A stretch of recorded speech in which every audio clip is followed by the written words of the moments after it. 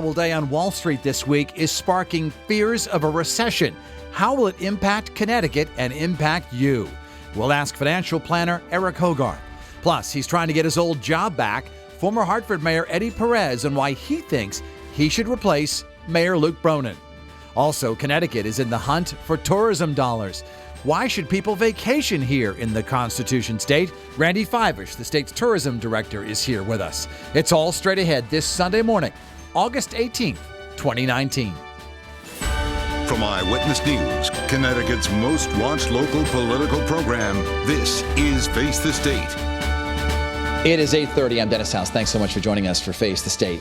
Tax-free week in Connecticut kicks off today. That's a week when lawmakers want you to go out and spend some money.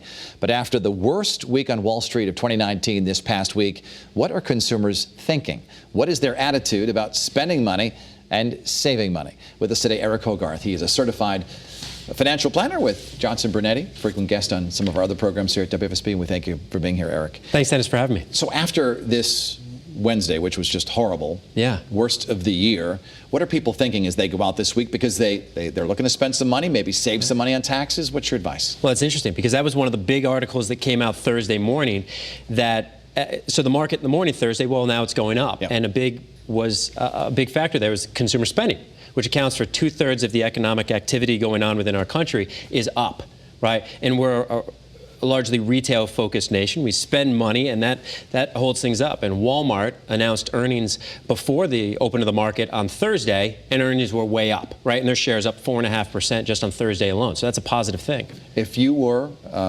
well, you'd be a billionaire if you could predict what's going to happen this fall. But what's the outlook in terms of numbers we're going to be looking for as we enter September? I mean, what most people are talking about is the market's gone up for so long, right? So it's not about this inverted yield curve, which set off this frenzy on Wednesday. It's more about the fact that how much longer will it keep going up and up and up? And as much as you hope best case scenario in your planning, you have to plan to prepare worst case scenario. So it gets into your proximity to retirement. But if you're concerned about the height of the market and you've got good gains, maybe it's time to be thinking about keeping some of that, right, and shifting away from some of that risk. The presidential campaign will start to heat up this fall a little bit more, and we have some municipal races as well. Is there any correlation with the markets at all in terms of do they usually do well during a campaign, or is it different every time? It's different every time, but there's a lot of focus right now on, of course, what's going on with China, right? Because that is impacting very heavily what's going on within our market in the worldwide economy, and that's impacted by politically what's going on in our country. So that is something that gets watched extremely closely right now, is this back and forth that the U.S. is having with China and what that means for these big domestic companies. To the viewers at home, they're saying, how does China impact me? How does it impact the average everyday consumer? Enormous amounts of things are built in China and sold to the United States. And this back and forth commerce is extremely important. But when we start thinking about everything that we use every single day, how much of that stuff is built in other countries, largely China, right? That's impacting the growth, the numbers, the profitability of so many domestic companies, whether it's the Apple or Google, which everyone kind of knows that, all the way down to more basic retail or Johnson & Johnson, and how many of those companies are impacted by stuff happening overseas, and effectively it's all of them. What's your advice for people who are concerned about perhaps a dip in their 401k recently? When do you need the money?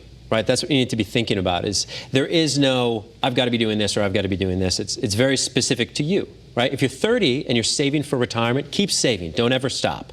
If you're about to retire, right, a lot of folks that we see are taking more risks than they should be taking, right? And you need to know a very basic thing if you're approaching retirement. Do you have enough money, right? And that merits a conversation. But if you have enough money, if you've done a good job saving and you made it to the safe space, then stop taking more risks than you need to be taking. You know, the recent job figures we see across the country seem to be on the way up, but in Connecticut, they're on the way down. How does that, balance out when you're an investor or, at home and you're looking at your numbers? It's hard. You can't talk about retirement with retirees without talking about our state, which I love, right? I grew up in Durham. I went to UConn. I'm raising my family here. My wife and I are. But the reality is that we have a lot of people moving out of our wonderful state, and a lot of that is critical of tax, cost of living here, and that it's difficult. That's a big part of the conversation, is the taxation that's going on, and are you going to be able to stay here? Because a lot of those folks, most of them, they want to stay here. but is that going to work for them? Yeah, it's interesting because, we were talking to another financial planner a long, long time ago who said that he advises some of his people who no longer have kids in schools in Connecticut and they're retired to perhaps make their residence in another state.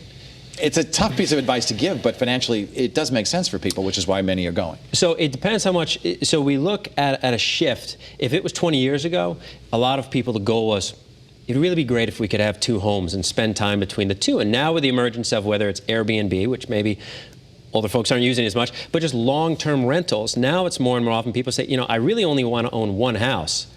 But is that house going to be here? And people ask sometimes, Eric Joel, why would we stay in Connecticut? From a cost of living and tax standpoint, you wouldn't. But that's not why my parents are here. My parents are here because they love Durham, they love their community, the Durham Fair, but their grandkids are here, their family, their network. And it really comes down to, if you're going to own multiple homes, how much time are you going to spend in those? But certainly, there's a lot of states more tax advantage than ours. It's a great state. We'll be talking about a little bit the wonders of our state coming up a little bit later in this broadcast. Eric Hogarth from Johnson Burnett, we thank you so much for being on the program today. When we come back, we'll be talking about the race for mayor of Hartford with one of the candidates who wants to get back in the game.